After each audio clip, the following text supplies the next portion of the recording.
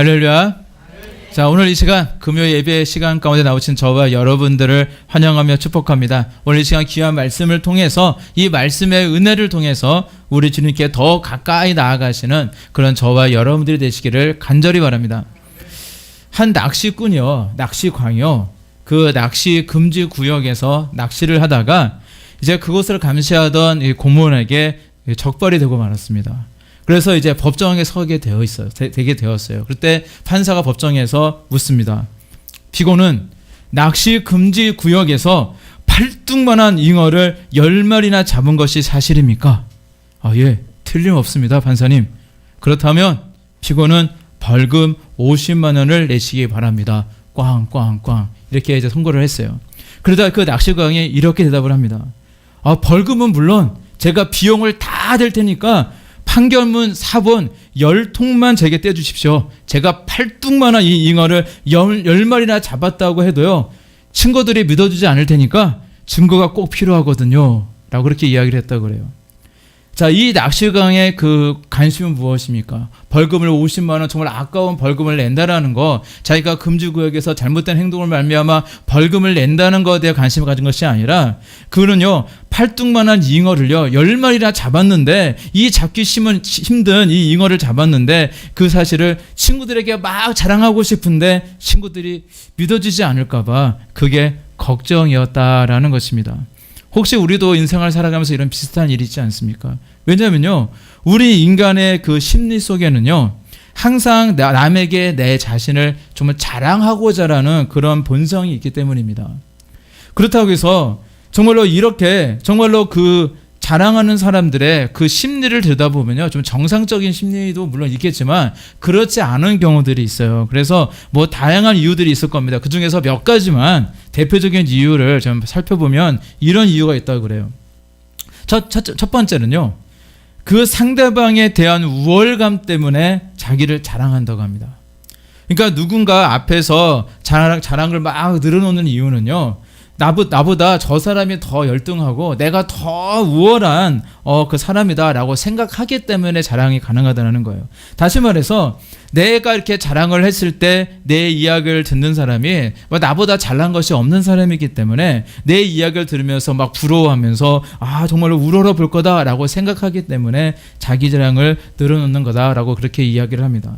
자, 그리고 두 번째 유형의 경우는 어떤 유형이냐면, 어떤 이는요, 자기 자신을 좀 알아달라라는 그런 조바심 때문에 자기 자랑을 한다고 합니다.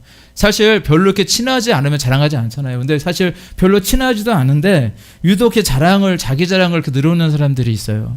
근데 이런 사람들은요, 인간관계에서 항상 뭐 어떤 생각을 하냐면, 내가 저 사람보다 높을까? 저 사람이 나보다 높을까? 또 누가 더 우월할까? 뭐 이런 걸 자꾸 인간관계에 좀 따지는 그런 습성이 있다고 그럽니다. 그러니까 다시 말해서 이 사람보다 내가 그 위에 서 있어야 되는데 이 사람이 나를 잘 모르는 것 같으니까 내 자랑을 많이 해서 나의 잘남을 잘 이렇게 알려줘서 내가 상대보다 더 위에 있어야겠다라는 그런 조바심, 그런 마음이 자기를 자랑하게 한다고 합니다. 자, 그리고 이제 마지막 경우, 이제 한 가지 더는 어떤 이야기가 있냐면, 이 사람들은요, 스스로에 대한 수치심 때문에 자기 자랑하는 경우가 있다고 그래요. 수치심 때문에. 뭐냐면, 자기 자랑을 하는 사람, 이 사람들의 그 마음 속에는요, 스스로를 좀 내 자신을 생각할 때 내가 좀 부끄럽고 좀 내가 좀 형편없다고 생각하는 그런 마음이 있다고 그래요. 그래서 내가 내 스스로를 뭐 쉴 새 없이 포장하고 그래 자랑해야만 정말로 남들에게 초라하고 정말로 부족한 내 모습이 들키지 않는다고 생각을 한다는 거예요. 그래서 나를 포장하기 위해서 그렇게 자랑하는 경우도 있다고 합니다. 그런데 어떤 경우든지 간에 지나친 자랑은요, 자기 자랑은 남을 힘들게 합니다. 정말 듣기 힘들어요. 게다가 그 사람의 근원, 그 자랑하는 근원이요, 그 내 깊은 어떤 내면 속에 있는 만일 그 교만함에서 나오는 거라고 한다면 더더욱 큰일인 것입니다. 왜냐하면 우리 하나님은요, 우리가 교만한 것을 너무너무 싫어하시기 때문입니다. 우리 하나님은요, 우리가 겸손하기를 원하십니다. 그리고 우리 하나님은요, 우리 자신이 정말로 내 자신을 막 높이려고 애쓰는 것이 아니라 늘 하나님만을 높이며 살기를 원하신다라는 것입니다. 근데 사실 생각해보면요, 우리가 인생을 살아가면서 자랑할 거리가 많은 것이 꼭 나쁜 것은 아니에요.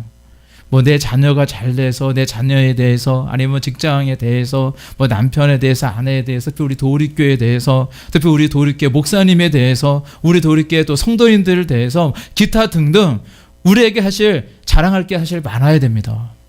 자랑할 게 많다는 것은 나쁜 것은 아니에요. 좋은 거예요. 특별히 예수님을 믿고 정말로 신앙으로 그 믿음으로 살아가시는 저와 여러분들에게 하나님께서 정말로 많은 복을 주셔서 세상 사람보다 정말로 장할거리 가득 넘치시기를 간절히 바랍니다.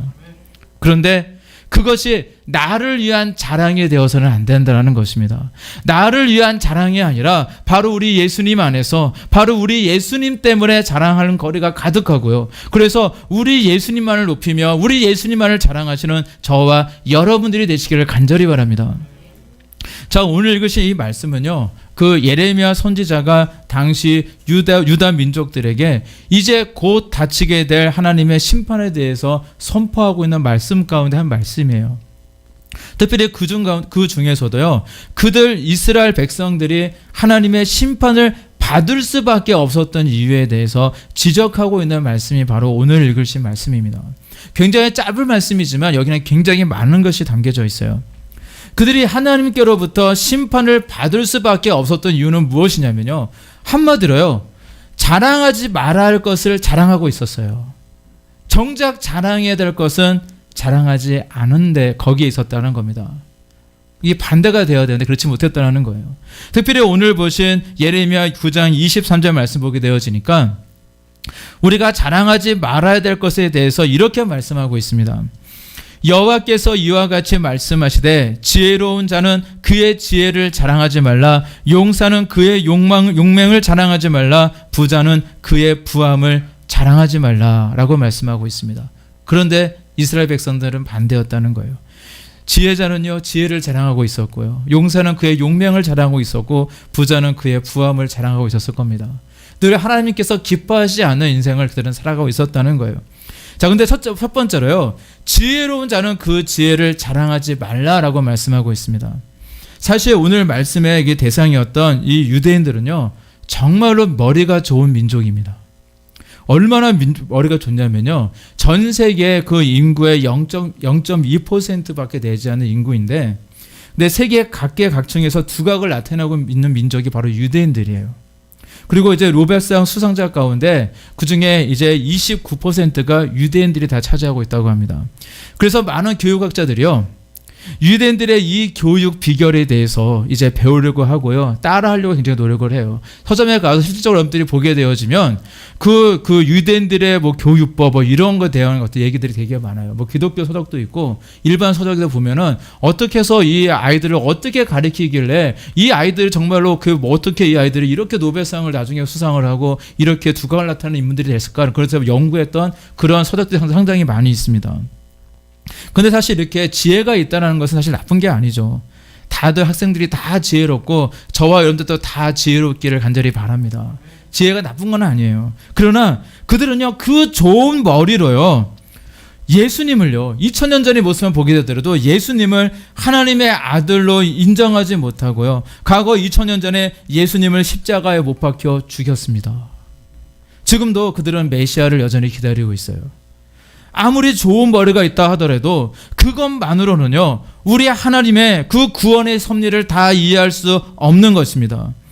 우리 인생의 지혜는요, 사실 초등학문에 지나지 않습니다. 이처럼 우리가 우리 하나님보다 내 머리를 더 믿게 될 때 문제가 된다는 것입니다. 하나님은 온데간데 없고 정말로 내 생각과 내 마음대로 살려고 하고요, 그리고 만약 내 자신의 그 지혜를 나타내고 자랑하고자 한다면 거기에는 큰 문제가 발생할 수밖에 없다는 것입니다. 뭐 재밌는 이야기가 있습니다. 이제 뭐 이손 유학 같은 그런 이야기인데, 어떤 연못가에 개구리들이 이렇게 깨굴깨굴하면서 살고 있었어요. 근데 그 개구리들의 소망은 뭐냐면 늘 하늘을 동경하면서 그 새들을 바라보며, 야, 나도 저렇게 하늘을 날아봤으면 라는 것이 소망이었다고 그래요. 그래서 맨날 부럽다고 그러면서 깨굴깨굴 하면서 맨날 부럽다고 그렇게 이야기하고 있었습니다. 그러던 어느 날 그 중에 제일 머리가 좋은 개구리 한 마리가 아주 기발한 생각을 했어요. 뭐냐면 이 새가요, 나뭇가지 하나를 딱 물면 자기도 그 입으로 나뭇가지를 탁 물어서 그렇게 날아가면 그러면 자기도 하늘을 날 수 있지 않을까라는 생각이 든 거예요. 그래서 진짜로 이제 실랑이 옮겨서 이제 친한 새 한 마리에게 부탁을 했습니다. 했더니 새가 이야기하기를 해줄 수는 있는데 야 위험하지 않을까? 이야기를 하는 거예요. 왜냐하면 자기는 괜찮은데 내가 아무리 너를 보더라도 정말 맨날 그냥 말도 많고 늘 깨굴깨굴거리면서 그 떠들기를 좋아하는데 네가 그 입을 계속 다물고 있어야 되는데 끝까지 말하지 않고 다물 수 있겠니? 라고 물어봤어요. 그랬더니 개구리가 이야기합니다.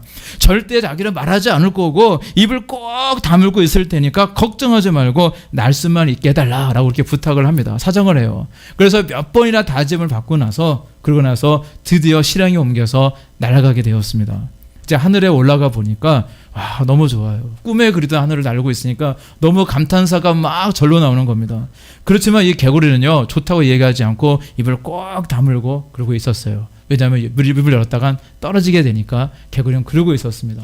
그런데 땅 아래에서요 그 친구 개구리들이 정말로 그 하늘을 동경했던 그 친구 개구리들이 보니까 자기 그 친구였던 그 개구리가 머리 좋다고 톡톡했던 그 친구 개구리가 하늘을 막 날고 있거든요. 그래서 막 쫓아가면서 막 입으로 나뭇가지를 꼭 물고 있는 이 개구리에게 자꾸 물어보는 거예요. 하늘 나니까 어때? 기분이 좋아? 어때? 막 물어보는 거예요.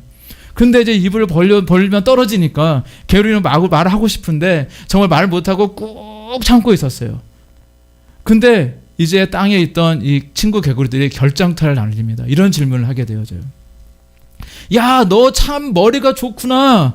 그렇게 나뭇가지 한쪽을 물고 새와 함께 날아가는 방법을 누가 생각해낸 거야? 라고 물어봤어요.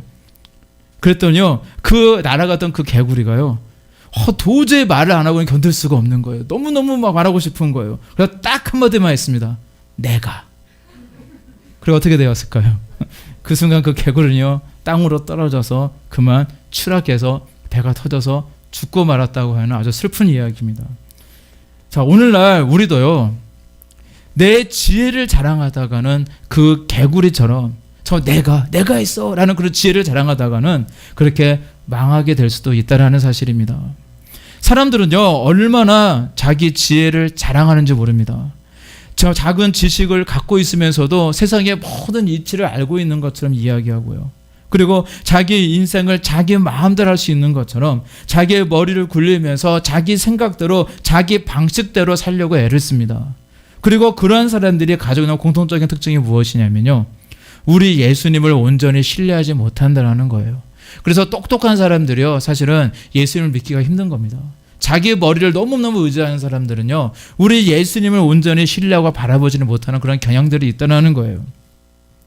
인간의 지혜로 생각할 때에 사실 생각해 보세요. 내가 우리 이성적, 우리 신앙을 내려놓고 우리 이성만 가지고 생각해 보시기 바랍니다. 어떻게 하나님이 사람이 될 수 있겠습니까? 인간의 어떤 지혜와 이성과 그리고 어떤 학식과 경험으로 이해할 수 있는 일입니까? 그리고 인류를 위해서 십자가에서 죽으시고 부활하셨다는 사실도 사실 말이 안 되거든요.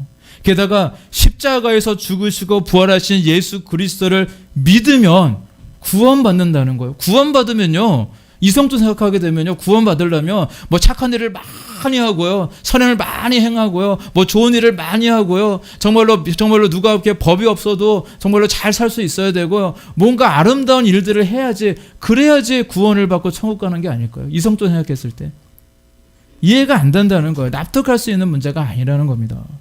인간의 지혜로는요, 절대로 이해할 수 없는 영적 세계가 있거든요. 이성과 그 지혜로는요, 이성과 경험으로 영적 세계를 다 이해할 수가 없는 것입니다.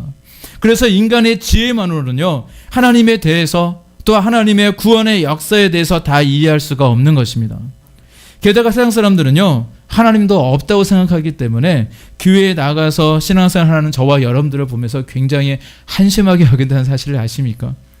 언젠가 인터넷 글을 읽게 되었는데 어떤 사람이 세상에서 가장 미련한 사람인 것 같냐라는 그런 질문이 있었어요. 그때 어떤 사람이 이제 이런 대답을 했더라고요. 교회에 가서 기도하는 사람이 가장 미련한 것 같다라고 이렇게 적어놨어요. 그랬더니 그 옆에 막 댓글이 달렸는데 수많은 사람들이 맞다, 그 말이 맞다 그러면서 뭐 이렇게 동조하는 글을 제가 본 적이 있어요. 이처럼 세상 사람들에게 그토록 미련하게 보이는 것이 바로 기도하는 사람들이고요. 하나님을 믿고 의지하고 있는 사람들인 것입니다. 그런데 분명한 사실은요, 우리 하나님은 정말로 살아 계시다는 사실입니다.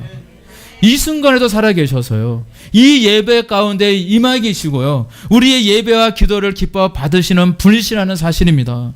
만약 우리 하나님이 죽으신 분이라면 오늘 이 시간처럼 우리의 이 소중한 시간을 내서 교회에 나와 예배드리고 기도하는 것은 가장 미련한 짓일 수도 있겠지만, 우리 하나님은요 지금도 살아 계셔서 지금도 우리와 함께 동행하시며 지금도 우리의 기도를 듣고 계시는 분이시기 때문에, 아무리 많은 사람들이 기도하는 일은 시간 낭비요, 미련한 것이다라고 이야기한다 할지라도 살아계신 우리 하나님께 나와 예배드리고 기도드리는 일이야말로 세상에서 가장 지혜로운 모습인 줄로 믿습니다. 게다가 하나님의 아들이신 우리 예수님이 2000년 전에 이 땅에 사람의 모습으로 아기 예수로 오셨고, 또는 십자가에서 죽으셨고 부활하셨습니다. 그리고 우리 예수님을 구주로 믿고 고백하는 모든 사람들의 죄를 다 사해 주셨고 구원받은 하나님의 백성이 되게 하셨다라는 사실입니다. 이 사실은요 절대 부인할 수 없는 틀림없는 사실이고요, 지금도 진행되고 있는 살아계신 우리 하나님의 역사인 줄로 믿습니다. 그래서 사도 바울이 뭐라고 얘기하는지 아십니까? 고린도전서 1장 21절 말씀에 보게 되어지니까, 하나님의 지혜에 있어서는 이 세상이 자기 지혜로 하나님을 알지 못하므로 하나님께서 전도에 미련한 것으로 많은 자들을 구원하시기를 기뻐하셨도다 말씀하고 있어요. 바로 이 세상이 자기 지혜로 하나님을 알지 못함으로 라고 말씀하고 있습니다. 세상이요, 그 지혜로 하나님을 알 수 없다라는 이야기예요. 이 세상에서 정말로 자기 지혜를 자랑하는 사람은요, 자신의 그 지혜로는 절대 하나님을 알 수도 없고요, 그리고 예수님을 믿을 수도 없기 때문에 절대 구원을 받을 수 없다라는 이야기입니다. 왜냐하면 우리 하나님은요, 우리의 이성과 우리의 경험과 학식과 지혜를 훨씬 뛰어넘는 분이시기 때문입니다. 그래서 성경은요, 세상의 학문을 가리켜서 초등학문이라고 이야기하고 있는 겁니다. 우리가 알고 있고 우리가 고백하고 있는 하나님은 또 어떤 분이신지 아십니까? 사실 성경 속에서 계시된 하나님, 우리 인류의 역사 가운데 찾아오셔서 우리 인류를 만나주신 하나님만을 우리가 알고 있다는 사실을 아십니까? 우리가 고백하고 있는 그런 삼위일체 하나님, 우리 사랑의 하나님, 공의의 하나님, 많은 우리의 고백들이 있는데, 우리가 고백하고 있는 하나님에 대해서 우리가 알고 있는 것은요, 우리 인류의 역사 가운데 하나님께서 찾아오셨어요. 근데 그걸 우리가 인류의 그 선조들이, 신앙의 선조들이 경험하잖아요. 경험해서 이제 성경의 문서도 남기고 이제 많은 신앙 고백을 하게 되어지는데, 그 고백들을 모아보니까 그분이 성부 하나님이었고, 그분이 성자 하나님이었고, 그분이 성령 하나님이었던 겁니다. 그래서 우리가 신학적으로 어떻게 이야기하냐면요, 우리는 하나님에 대해서 전부 다 알고 있는 것이 아니다. 우리가 알고 있는 하나님은 우리를 만나주신 하나님, 우리의 이성과 우리의 경험으로 경험했던, 우리가 정말 느꼈던 하나님에 대해서만 우리가 알고 있는 것이지, 그 이상을 넘어서는 우리 하나님을 알 수 없다라고 이야기를 해요. 그래서 이것을 신학적으로 우리는 계시된 하나님, 우리에게 찾아오신 하나님, 바로 이 계시된 하나님만을 알고 있다라고 그렇게 이야기를 합니다. 따라서 우리는요, 내 지혜를 자랑하는 사람이 아닙니다. 우리는 내 지혜가 아니라 정말로 우리 인생의 지혜를 훨씬 뛰어넘으시는, 정말 비교도 되지 않으시는 우리 하나님의 지혜를 따르는 사람들이고요, 우리 하나님의 그 지혜를 자랑하는 사람이 되어야 된다는 것입니다. 나의 지혜는요, 초등학문도 안 됩니다. 저 밑에 저 끝에 정말로 바늘에 그 발바닥에 떼도 안 되는 그런 아주 너무 작은 거예요. 하나님의 지혜에 비하면 우리 인생은 지혜는 그렇게 작다라는 겁니다. 따라서 저와 여러분들은요, 늘 우리 하나님께 겸손히 나오셔서 겸손히 기도하시며 우리 하나님께 주시는 그 지혜를 구하며 살아가야 될 줄로 믿습니다. 자, 두 번째로요, 용사는 그 용맹을 자랑하지 말아야 되고요, 또 세 번째로 부자는 그 부함을 자랑하지 말라라고 말씀하고 있습니다. 우리가 지혜만큼 자랑하는 것이 뭐냐? 바로 용맹입니다. 용맹은 바로 건강을 이야기해요. 건강함. 그리고 또 물질과 부귀를 우리는 자랑합니다. 그래서 우리가 이 땅을 살아갈 때 내가 건강한 가운데 물질이 있다는 것은요, 가장 큰 복으로 여깁니다. 정말로 우리가 건강한데 그 가운데 우리가 물질까지 많이 있잖아요. 그러면 우리는 얼마나 큰 일을 감당할 수 있는지 모릅니다. 그러나 그것 때문에 나에게 만일 교만이 생기고 정말 내 자랑, 자기 자랑이 생기게 되어진다면 하나님이 주신 그 복, 정말 분명히 하나님이 주신 복인데도 불구하고 그것들이 오히려 나를 넘어뜨리는 이유가 되어볼 수 있다는 사실을 우리는 절대 잊어서는 안 될 것입니다. 그 육신의 건강이 사실 얼마나 연약합니까? 아무리 건장한 사람도요, 악한 사단이요 와가지고 그냥 툭 건드리면요 우리 인생은 쓰러질 수밖에 없어요. 우리 연약합니다. 아무리 건강했던 사람도요, 흔한 감기 하나만 걸려도요 그냥 비실대는 것이 우리 인생이라는 거예요. 오늘 건강했던 사람이요 내일 어떤 사고나 질병으로 인해서 싸늘한 시체로 변할 수 있다는 사실, 우리가 그 사실을 얼마나 잘 알고 있습니까? 근데 물질도 마찬가지잖아요. 아무리 내가 물질이 많이 있다 할지라도 오늘 있다고도 내일 허무하게 다 사라질 수 있는 것이 바로 물질입니다. 그런데 나의 건강과 나의 물질이, 이 부유함이 영원할 거라고 착각하고 정말로 자기 것만을 믿고 살아가는 사람들이 정말로 얼마나 많은지 몰라요. 이렇게 눈에 보이는 거, 자기가 갖고 있는 거, 정말로 자신의 이성으로 이해할 수 있는 거, 그것만 이해하다 보니까, 의지하다 보니까 그들은요 하나님이 계시다는 사실을, 눈에 보이지 않는 우리 하나님이 분명히 살아 계시다는 사실을 미처 깨닫지 못하고 있는 것입니다. 우리가 새해가 되면요, 우리가 다음 주에 이제 돌아오면 이제 구정도 있잖아요. 이렇게 우리가 새해가 되면 인사 중에 어떤 인사를 가장 많이 나누십니까? 건강하세요, 부자 되세요, 뭐 이런 인사 많이 나누잖아요. 그만큼 우리의 인생에 있어서 중요한 것이고 또 축복의 증거로서 우리는 건강과 물질을 이렇게 이야기를 해요. 역사적으로 볼 때 많은 이제 인물들이 있지만 이제 한 인물을 찾아본다면 구약 시대의 유명한 왕이었던 히스기야 왕을 우리는 생각해 볼 수가 있어요. 그는요 하나님으로부터 이제 건강과 부유함을 다 얻은 유다의 대표적인 왕이었습니다.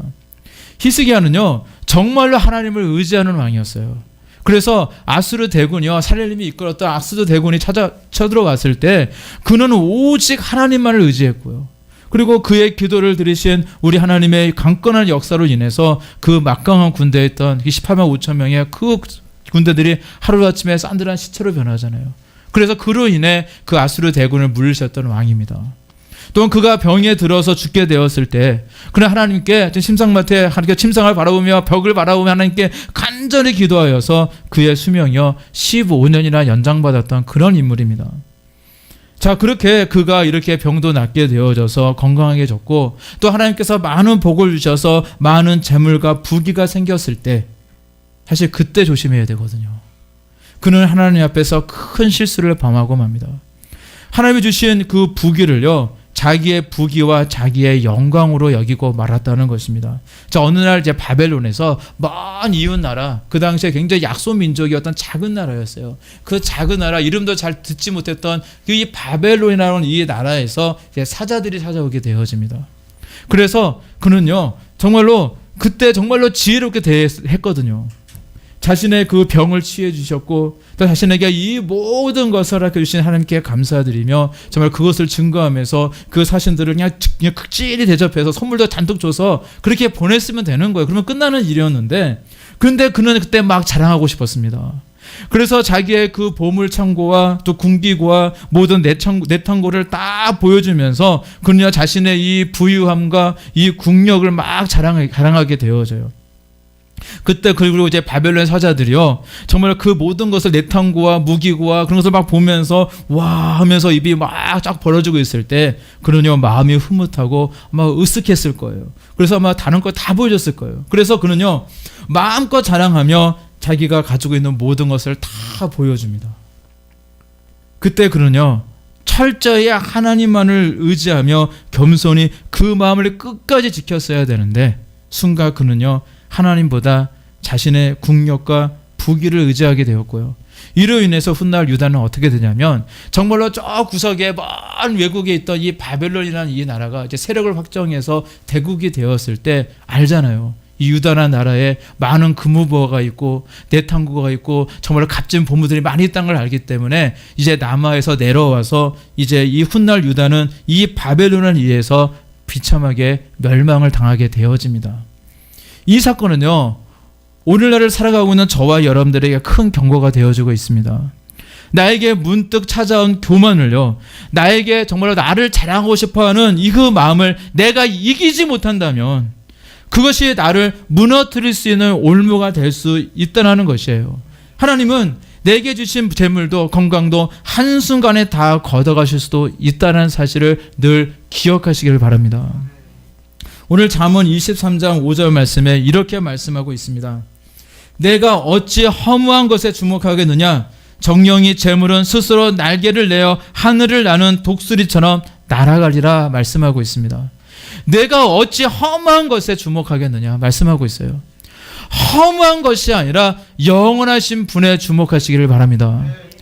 허무한 물질이 만약 내 인생의 목적이 된다면 참으로 억울할 것 같아요. 왜냐하면요, 우리 예수님은요, 정말로 천하보다 귀중한 정말 하나님의 아들이신 우리 예수님이 나를 위해서 죽어주셨잖아요. 우리가 그래서 우리 그렇게 얘기하잖아요. 우리는 예수님의 피값으로 산 예수님 짤이다, 이런 얘기하잖아요. 그렇게 우리는 굉장히 존귀한 존재입니다. 천하보다 더 존귀한 존재들이에요. 그런데 이렇게 천하보다 더 좋은 존재인 내가 언젠가는 다 사라지고 말 이 허무한 물질이 그것이 그까짓게 목적이 되어서 살아간다는 것은요, 사실 정말로 말이 안 되는 거거든요. 뭔가 정말 맞지 않는 거거든요. 정말로 우리가 존귀한 자라면 존귀한 것을 추구해야죠. 존귀한 자가 정말 허무한 것에 그것 때문에 울고 웃고 그것에 목숨 걸고 산다면요, 그것처럼 가장 어리석은 인생은 없을 것입니다. 디모데전서 6장 17절 말씀에 이렇게 말씀하고 있습니다. 내가 이 세대에서 부한 자들을 명하여 마음을 높이지 말고 정함이 없는 재물에 소망을 두지 말고 오직 우리에게 모든 것을 후히 주사 누리게 하시는 하나님께 두며 라고 말씀하고 있어요. 따라서 우리의 삶은 우리 하나님께 목적을 두고 살아가야 합니다. 그것이 우리의 인생에 맞는 거예요. 존귀한 내가 인생이라면 우리 정말로 우리의 생명보다 바꿀 수 없는 우리의 정말로 존귀하신 우리 하나님을 목적을 두고 살아가야 된다는 것입니다. 그러면 우리 하나님이 저와 여러분들에게 후히 주사 누리게 하실 줄로 믿습니다. 이게 바로 영적 원리예요. 부모님께서 만약 나이가 드시거나 이제 병으로 돌아가시면 늘 자식들이 하는 이야기가 있어요. 계실 때 잘해드릴 걸. 사실 저도 그런 후회가 좀 있거든요. 그래서 계실 때 잘해드릴 걸. 그런 후회가 있습니다. 그런데 사실 우리는요, 정말로 있을 때 잘해야 되는 거예요. 우리 부모님도요, 그리고 내 주변에 있는 소중한 사람들도요, 있을 때 잘해야 됩니다. 그런데 우리 하나님께 주신 복도 그렇습니다. 마찬가지예요. 우리 하나님께서 주실 때 잘하시기 바랍니다. 따라서 더욱 겸손히 섬기며 더욱 기도하며 더욱 하나님을 사모하시는 저와 여러분들이 되시기를 간절히 바랍니다. 자, 그러면 우리가 진정으로 자랑할 것이 무엇일까요? 오늘 보시는 말씀 24절 말씀에 이렇게 말씀하고 있습니다. 자랑하는 자는 이것으로 자랑할지니 곧 명철하여 나를 아는 것과 나 여호와는 사랑과 정의와 공의를 땅에 행하는 자인 줄 깨닫는 것이라. 나는 이 일을 기뻐하노라. 여호와의 말씀이니라. 여러분, 우리가 정말로 자랑할 것은 이겁니다. 내가 주님을 안다고 하는 것을 자랑해야 됩니다. 내가 하나님을 알고 예수 그리스도를 믿는 믿음으로 말미암아 구원받았다는 사실을 우리는 자랑해야 됩니다. 그리고 우리는 하나님은 사랑이 많으신 분이고 하나님은 공평과 정직을 행하시는 분이심을 우리는 자랑해야 한다는 것입니다. 사실 사도 바울이 그렇지 않았습니까? 그에게는 정말로 자랑할 것이 많았어요. 그래서 그는 이런 이야기를 해요. 그는 바리새인 중에서 바리새인이었고 당시 최고의 율법학자였고 스승이었던 그 가말리엘이라고 하는 사람의 문화생 제자였고 그는 태어날 때부터 로마 사람이었던 사람이었습니다. 그 당시에 세상적으로 이야기한다면 정말 오늘날로 이야기하면 그는 금수저였어요. 태어날 때부터 태상이 달랐던 그런 금수저의 인생을 살았던 사람이 바로 사도 바울이었습니다.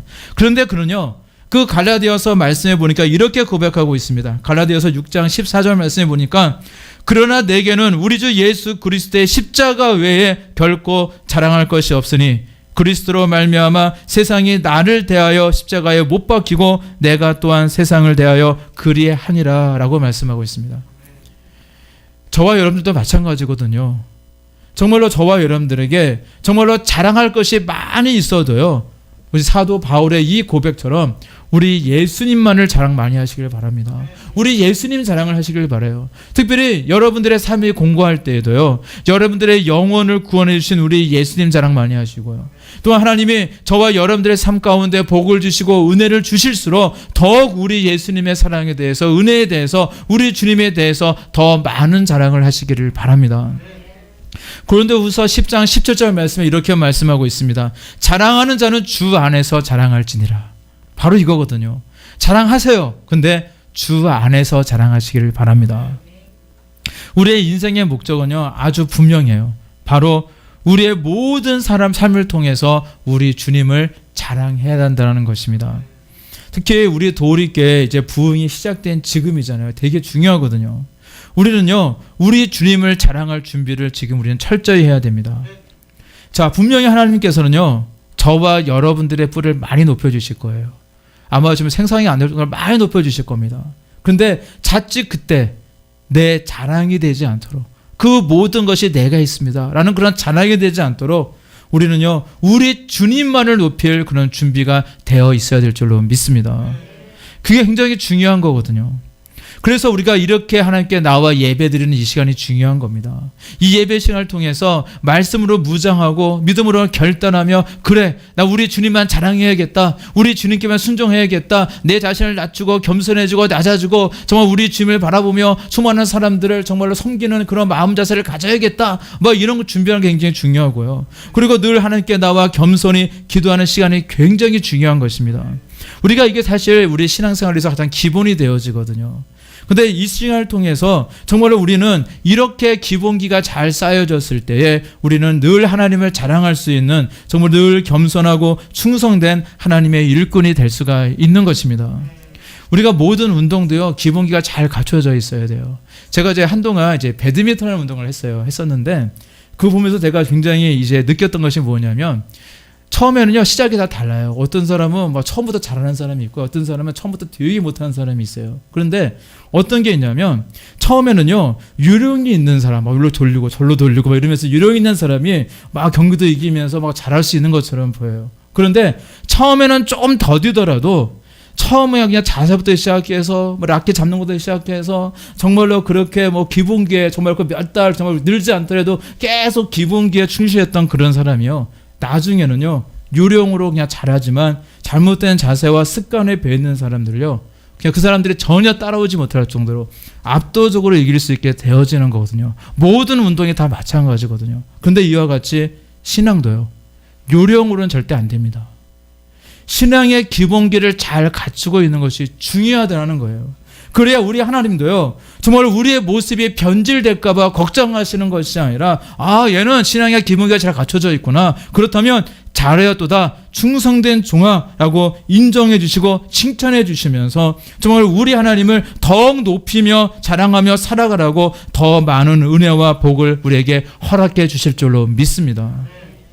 따라서 오늘도요, 살아가실 때, 내일도 마찬가지고 저와 여러분들의 인생이 끝나는 그날까지 나의 자랑이 아니라 늘 우리 주님만을 자랑하기 위해서 열심히 다름질하면서 정말로 나아가시는 저와 여러분들 되시기를 우리 주님의 이름으로 간절히 축원합니다. 기도하시겠습니다.